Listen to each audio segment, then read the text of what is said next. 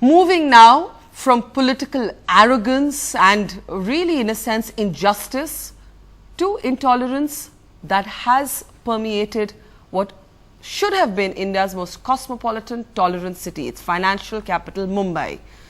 But is maximum city now a symbol of maximum intolerance? This is a question that's being asked, it's been asked in the past and it's being asked again after the vicious political backlash to what was just an innocuous tweet by author and commentator Shobha De. Shobha De merely commented on the ongoing debate on separate states and newer states and said that, well, maybe one day somebody may say Mumbai has an entity of its own and why not? She said this game has endless possibilities. There was a deluge, in fact a unanimity of political opinion that used the choicest abuse in some cases, filthy language and sexist comments to target her. Look on your screen, that's Nitesh Rane. Nitesh Rane is the son of course, Congress Minister Narayan Rane.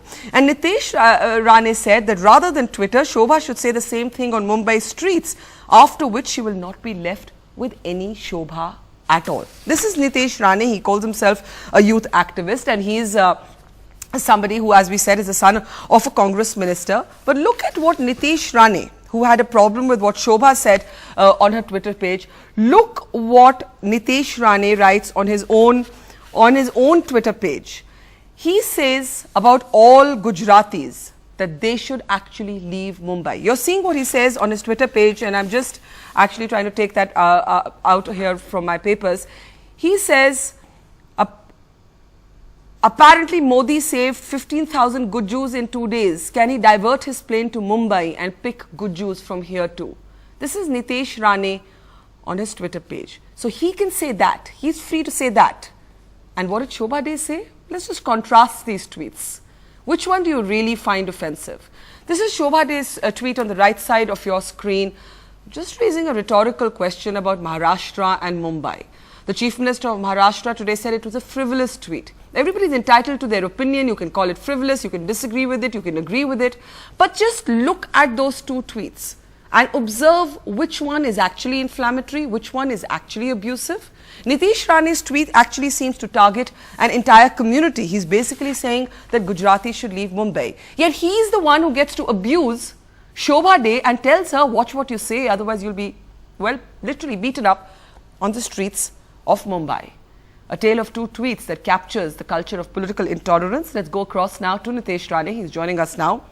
Nitesh Rane, do you not think that your comment about Shobha De, basically saying that if she was out on the streets of Mumbai, she would get what she deserves, that's effectively what you were indicating, was a horrible, obnoxious, sexist tweet?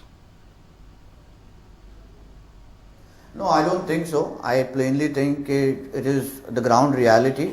Someone like Shobha De, who is a responsible citizen of this country, she should think twice before saying a statement like this. Is absolutely not sexist, but it comes from someone who is basically sitting in four doors of a party or a newsroom or an AC room, not knowing the sentiments of the people on ground. So it is just what I did by voicing their voice all the way through, so she understands. It is just not as simple as saying that Mumbai should be split from Maharashtra. It's just a common sentiment that I voiced. But isn't it a threat? It is effectively a threat.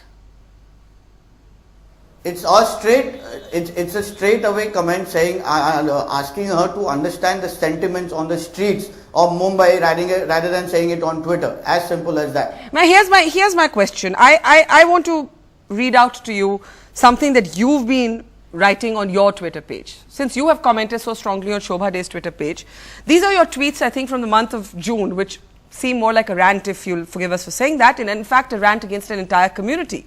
And you're saying apparently Narendra Modi saved 15,000 good Jews. You use the word good Jews, you don't even say Gujaratis. Apparently Modi saved 15,000 good Jews in 2 days. Can he divert his plane to Mumbai and pick good Jews from here too? You then go on to say, all hoo-ha of good Jews on Twitter, itni tikhi lagi meri baat, chalo Modi ko bulao aur jagah khali karo hamare Marathis ke liye Mumbai mein.